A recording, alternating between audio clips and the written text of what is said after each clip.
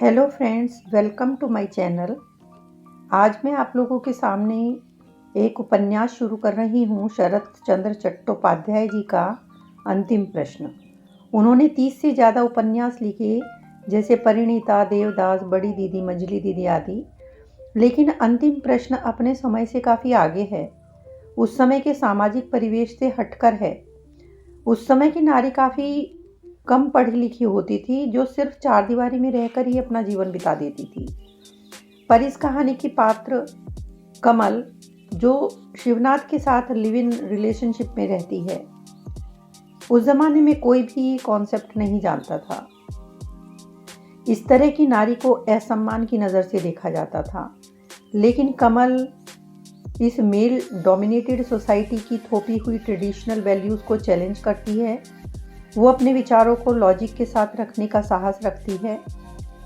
ज़्यादातर पुरुष इस तरह की नारी को अच्छा नहीं मानते।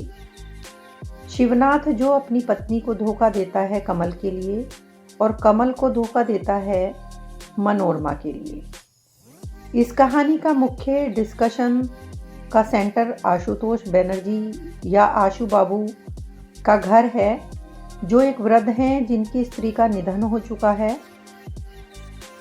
ये नॉवल काफ़ी बोल्ड विषय पर आधारित है। मुझे ये अच्छा लगा तो मैंने सोचा ये आप लोगों के साथ शेयर करना चाहिए। इसको मैं 25 भागों में आप लोगों के सामने प्रस्तुत करूंगी। तो आइए सुनते हैं इसका चौथा भाग।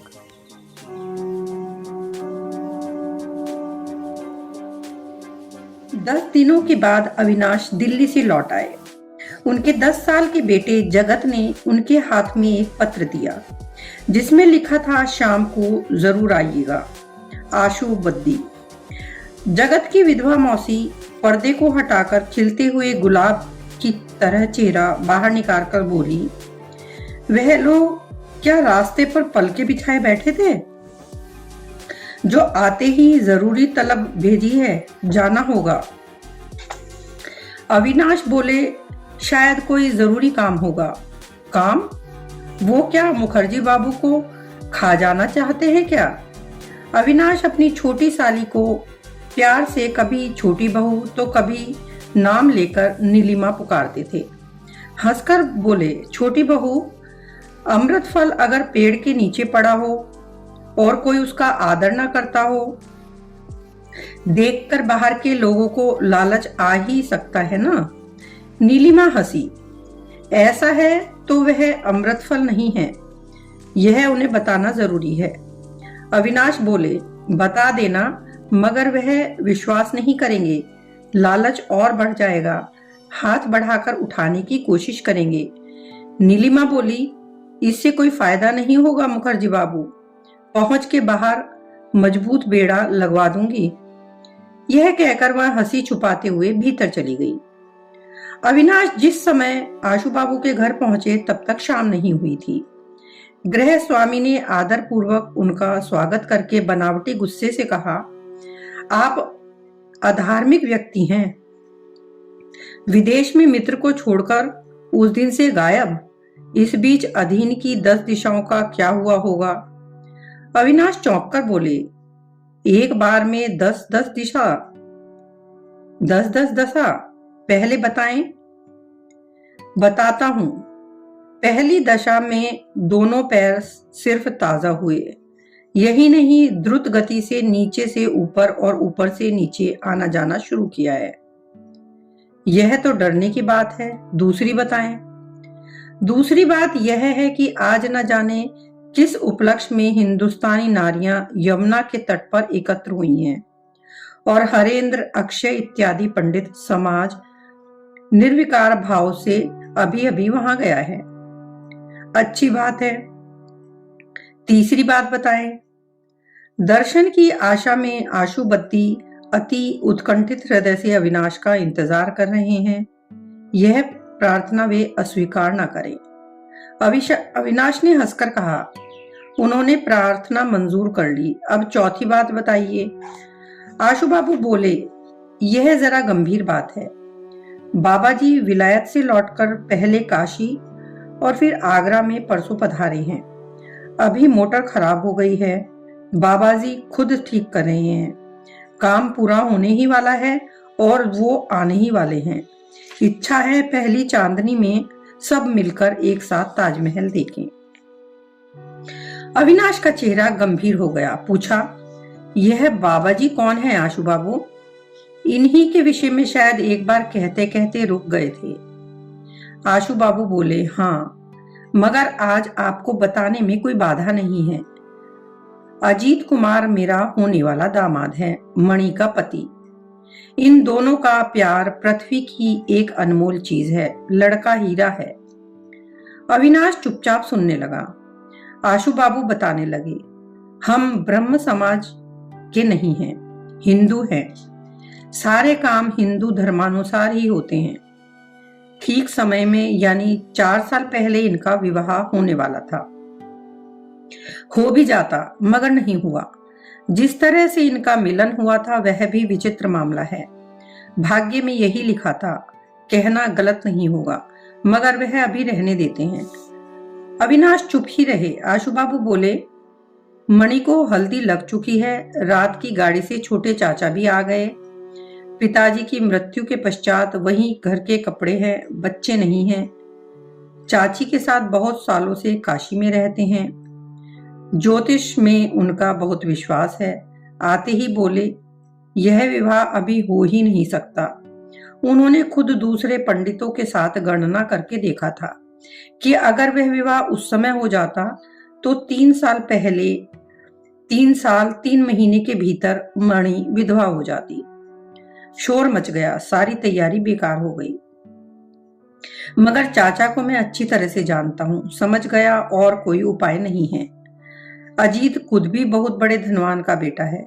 उसके घर में भी एक विधवा चाची के सिवा और कोई नहीं था। वो बहुत नाराज हो गई। अजीत दुख और अभिमान में भरकर इंजीनियरिंग पढ़ने के बहाने विलायत चला गया। सबको लगा यह विवाह हमेशा के लिए टूट गया है। अविनाश ने अपनी सांस रोक रखी थी। उसे छोड़ते हुए पूछा, उसके बाद? अविनाश बाबू बोले, हम सब हताश हो गए। सिर्फ मणि को पूरा भरोसा था। मुझसे आकर कहने लगी, पिताजी ऐसा भी क्या हो गया जो आपने भोजन और निद्रा का त्याग कर दिया है? 3 साल क्या बहुत ज्यादा समय है? उसे कितनी पीड़ा हुई थी मैं जानता हूं। मैंने कहा, बेटी तेरी बात सच हो, मगर इस मामले में 3 साल क्या 3 दिन भी बहुत हैं। मणि हंसकर बोली, आप डरो मत पिताजी, मैं उन्हें जानती हूं। अजीत हमेशा से सात्विक प्रकृति का व्यक्ति है। भगवान पर उसे पक्का विश्वास है। जाते समय मणि को एक पत्र लिखकर चला गया। इन 4 सालों में उसने एक भी पत्र नहीं लिखा, मगर मणि सब कुछ जानती थी और उस दिन से उसने भी ब्रह्मचारिणी का व्रत ले लिया। मगर बाहर से कुछ भी समझ नहीं सकती अविनाश बाबू। अविनाश बाबू श्रद्धा भरे चित्त से बोले, सचमुच समझ ही नहीं सकता कोई, मगर मैं आशीर्वाद देता हूं उन दोनों का जीवन सुखी हो। आशु बाबू ने बेटी की ओर से सिर झुकाया और बोले, ब्राह्मण का आशीर्वाद बेकार नहीं जाएगा। अजीत सबसे पहले चाचा जी से मिलने गया था। उन्होंने अनुमति दे दी है, नहीं तो शायद वह यहां नहीं आता। उसके बाद दोनों कुछ पल चुप रहे। शुरुआत आशु बाबू ने की। बोले, अजीत विलायत चला गया। 2 साल तक उसकी कोई खबर न पाकर मैंने वर तलाशना शुरू कर दिया। मगर अचानक मणि को जब पता चला तो मुझे मना करते हुए बोली, पिताजी आप ऐसी कोशिश मत करो। आपने सबके सामने मेरा कन्यादान न भी किया हो, मन ही मन तो कर दिया था। मैंने कहा, ऐसा बहुत मामलों में होता है बेटी। मगर मेरी बेटी की आंखों में आंसू आ गए। बोली, नहीं होता पिताजी, सिर्फ बातचीत ही होती है, इससे ज्यादा नहीं। नहीं पिताजी, भगवान ने मेरे भाग्य में जो लिखा है बस मैं वह सह सकूं, और कोई आदेश मत दो। हम दोनों की आंखों से आंसू बहने लगे। पहुंचकर बोला, गलती हो गई बेटी, अपने इस बेवकूफ बूढ़े पिता को माफ कर दो। अचानक पुरानी यादों के आवेग से उनका गला रुंध गया। अविनाश भी बहुत देर तक कुछ नहीं कह पाए। उसके बाद धीरे धीरे बोले, आशु बाबू, हम कितनी ही गलतियां करते हैं और कितनी गलत धारणाएं मन ही मन बना लेते हैं। आशु बाबू ठीक से समझ नहीं पाए। बोले, कैसी? यही कि जैसे हम में से ज्यादातर लोग सोचते हैं लड़कियों की पुरानी पवित्र धारणाएं तो उनके हृदय में रहती ही नहीं। यह कितना बड़ा भ्रम है, बताइए तो। आशु बाबू सिर हिलाकर बोले, बहुत बार भ्रम हो जाता है, मगर जानते हैं आशु बाबू, शिक्षा हो या अशिक्षा, असली चीज होती है पाना। इस पाने न पाने पर ही सब कुछ निर्भर करता है।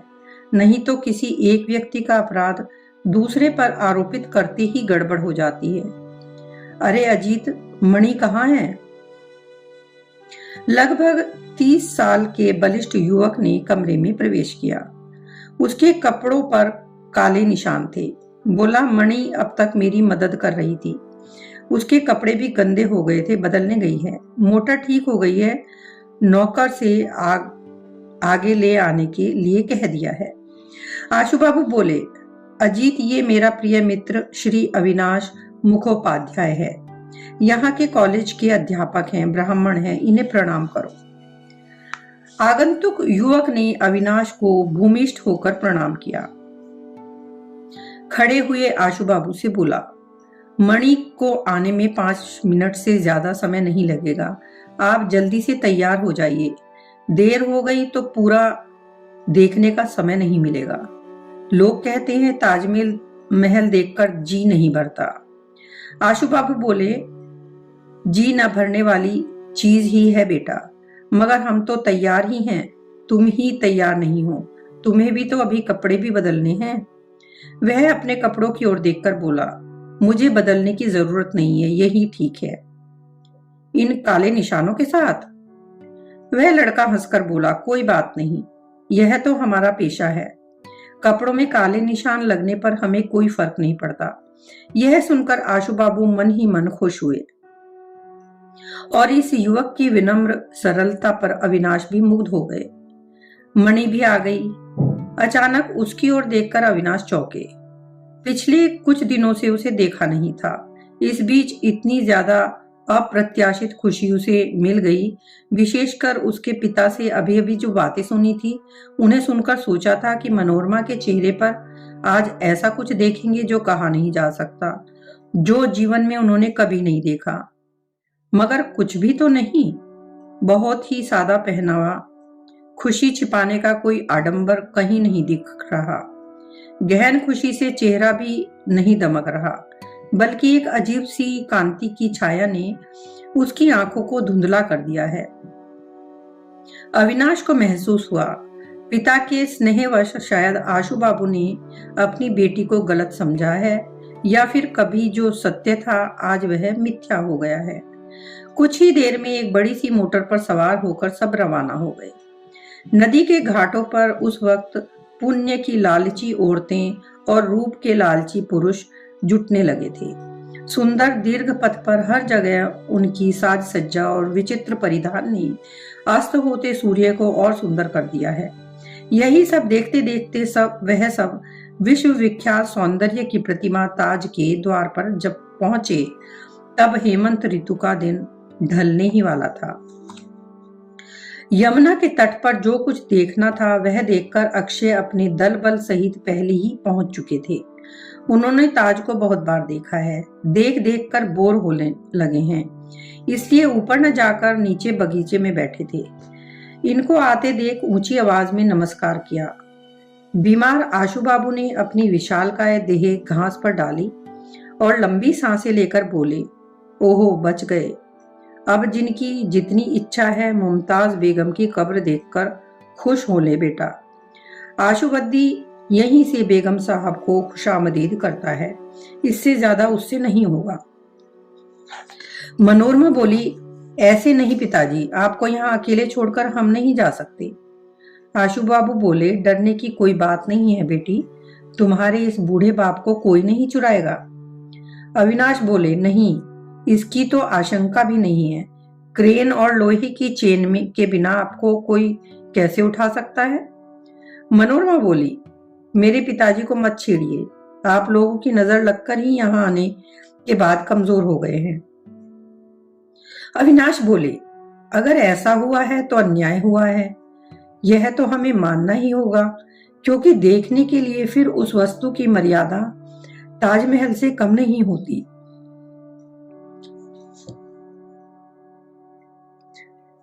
सभी हंस पड़े। मनोरमा बोली, नहीं पिताजी, ऐसा नहीं हो सकता, आपको साथ चलना ही होगा। आपकी आंखों से देखे बिना इस ताज का आधा सौंदर्य तो ढका ही रह जाएगा।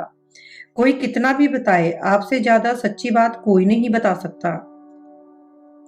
इस बात का अर्थ क्या है, यह अविनाश के सिवा कोई और नहीं जानते थे। वे भी यही अनुरोध करने वाले थे। अचानक सबको एक अप्रत्याशित वस्तु दिखाई दी। अचानक ताज के पूर्व दिशा की ओर से शिवनाथ और उनकी पत्नी आ गई। शिवनाथ न देखने के बहाने से जाने लगा तो उसकी पत्नी खुश होकर बोली, अरे देखो, आशु बाबू और उनकी बेटी भी आए हैं। आशु बाबू ने ऊंचे स्वर में बुलाते हुए कहा, आप लोग कब आए शिवनाथ बाबू, यहाँ आइए। शिवनाथ अब पत्नी समेत आकर खड़ा हो गया। आशु बाबू परिचय करवाते हुए बोले, ये शिवनाथ की पत्नी है, आपका नाम मैं अभी तक नहीं जानता। वह लड़की बोली, मेरा नाम कमल है, मगर मुझे आप मत कहिए आशु बाबू बोले, हाँ यह ठीक नहीं है कमल, ये सब मेरे मित्र हैं, तुम्हारे पति के परिचित, बैठो। कमल अजीत की ओर इशारा करके बोली, मगर इनसे परिचय नहीं कराया आपने। आशु बाबू बोले, करवाता हूं, वे मेरे रिश्तेदार हैं, नाम है अजीत कुमार राय, कुछ दिनों पहले विलायत से लौटे हैं, हमसे मिलने आए हैं। कमल, तुमने क्या आज पहली बार ताजमहल देखा? उस लड़की ने सिर हिलाकर कहा, हाँ कहा। आशु बाबू बोले, तो तुम भाग्यवती हो, मगर अजीत तुमसे भी ज्यादा भाग्यवान है, क्योंकि इस परम विस्मय चीज को उसने अभी नहीं देखा है, अभी देखेगा, मगर प्रकाश कम हो रहा है, अब और देर ठीक नहीं है अजीत। मनोरमा बोली, देरी तो आपके कारण हो रही है पिताजी, उठो। उठना इतना सहज नहीं है बेटी, इसके लिए तैयारी करनी पड़ती है। तो फिर तैयारी करो पिताजी। करता हूं। अच्छा कमल, देखकर कैसा लगा? कमल बोली, विस्मय की चीज ही लगी। मनोरमा ने कमल से कोई बात नहीं की, उससे कभी मिली है ऐसा एहसास भी उसके व्यवहार से नहीं हुआ। अपने पिता से बोली, शाम हो रही है, अब आप उठिए पिताजी। उठता हूं बेटी, यह कहकर आशु बाबू उठने की कोशिश किए बिना बैठे रहे।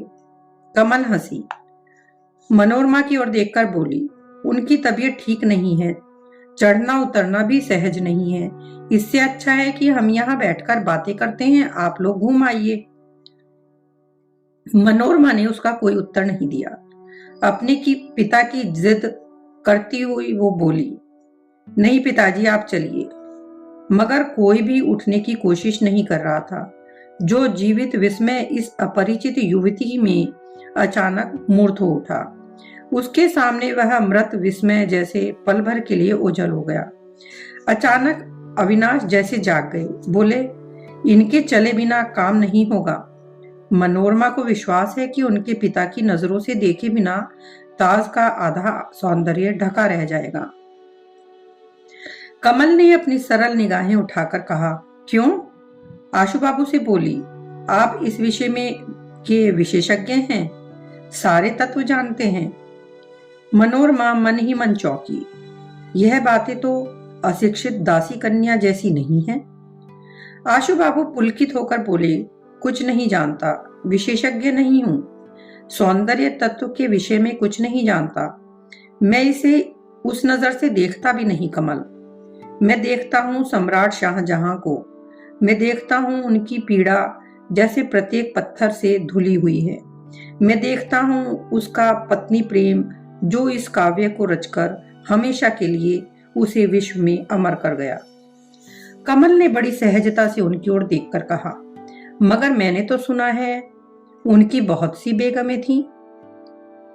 सम्राट मुमताज से जितना प्यार करते थे उतना और 10 से भी करते थे, शायद और ज्यादा भी हो, मगर उसे एकनिष्ठ प्रेम नहीं कहा जा सकता आशु बाबू। उनमें वह नहीं था। इस अप्रचलित भयानक बात को सुनकर सब चौंके। आशु बाबू या किसी और को अचानक इस बात का उत्तर नहीं मिला। कमल बोली, सम्राट भावुक प्रकृति के थे। अपनी शक्ति, संपदा और धैर्य से इतनी बड़ी सौंदर्य की चीज बना गए। मुमताज तो आकस्मिक बहाना थी, नहीं तो इतनी सुंदर चीज वे किसी भी घटना को लेकर बनवा सकते थे। धर्म के नाम पर होता तो भी कोई क्षति नहीं थी। लाखों लोगों का वध करके दिग्विजय बनने के उपलक्ष्य में बना सकते थे। यह एकनिष्ठ प्रेम का दान नहीं है, बादशाह के अपने आनंद लोक का अक्षयदान है। यही हमारे लिए बहुत है। आशु बाबू को मन ही मन आघात पहुंचा। बार बार सिर हिलाकर बोले, बहुत नहीं है कमल, बहुत नहीं है। तुम्हारी बात अगर सत्य भी हो, सम्राट का एकनिष्ठ प्यार अगर नहीं हो, तो इस ताज का कोई अर्थ नहीं बचता। उन्होंने कितने ही बड़े सौंदर्य की सृष्टि क्यों न की हो, इंसान के अंतर में वह श्रद्धा नहीं रहेगी। कमल बोली, अगर वही होगी तो वह इंसान की मूर्ता है। निष्ठा का कोई मूल्य नहीं है, ऐसा मैं नहीं कहती, मगर युगों युगों से जो मूल्य लोग उसे देते आए हैं वह उसे नहीं मिलना चाहिए। कभी किसी से प्यार किया था, फिर कभी भी उसे बदला नहीं जा सकता। मन की यह अचल जड़ता स्वस्थ नहीं है और सुंदर भी नहीं। सुनकर मनोरमा के विस्मय की सीमा न थी। इसको मूर्खदासी कन्या कहकर अवहेलना करना कठिन है, मगर इतने पुरुषों के सामने उसी जैसी एक नारी के मुंह से यह लज्जाहीन बातें सुनकर उसे आघात लगा। इतनी देर से वह चुप थी, मगर अब खुद को रोक नहीं पाई। धीमे मगर कठोर स्वर में बोली, यह मनोवृत्ति और किसी में हो या ना हो, आप में यह स्वाभाविक है, मैं मानती हूँ, मगर आपकी नजरों में यह सुंदर नहीं है और न ही शोभा देता है। आशु बाबू मन ही मन नाराज होकर बोले, छी बेटी। कमल नाराज नहीं हुई, मुस्कुराई, बोली, पुराने दृढ़ संस्कारों पर चोट पड़ने पर इंसान सह नहीं पाता। आपने सच ही कहा, मेरे लिए यह चीज स्वाभाविक ही है। मेरा देह मन यौवन से पूर्ण है, मेरे मन में प्राण है। जिस दिन जानूंगी कि जरूरत के समय भी इसको बदलने की शक्ति नहीं है, उस दिन समझूंगी कि इसका अंत हो गया है, यह मर गया है। यह कहकर नजरें उठाते ही उसने देखा कि अजीत की आंखों से जैसी आग बरस रही हो। क्या पता वह नजर मनोरमा ने देखी या नहीं। वह अचानक बीच में ही बोली, पिताजी अब समय नहीं है, मैं अजीत बाबू को दिखाकर लाती हूँ। अजीत भी जैसे सोते से जागा, बोला, चलो हम दिखाते हैं।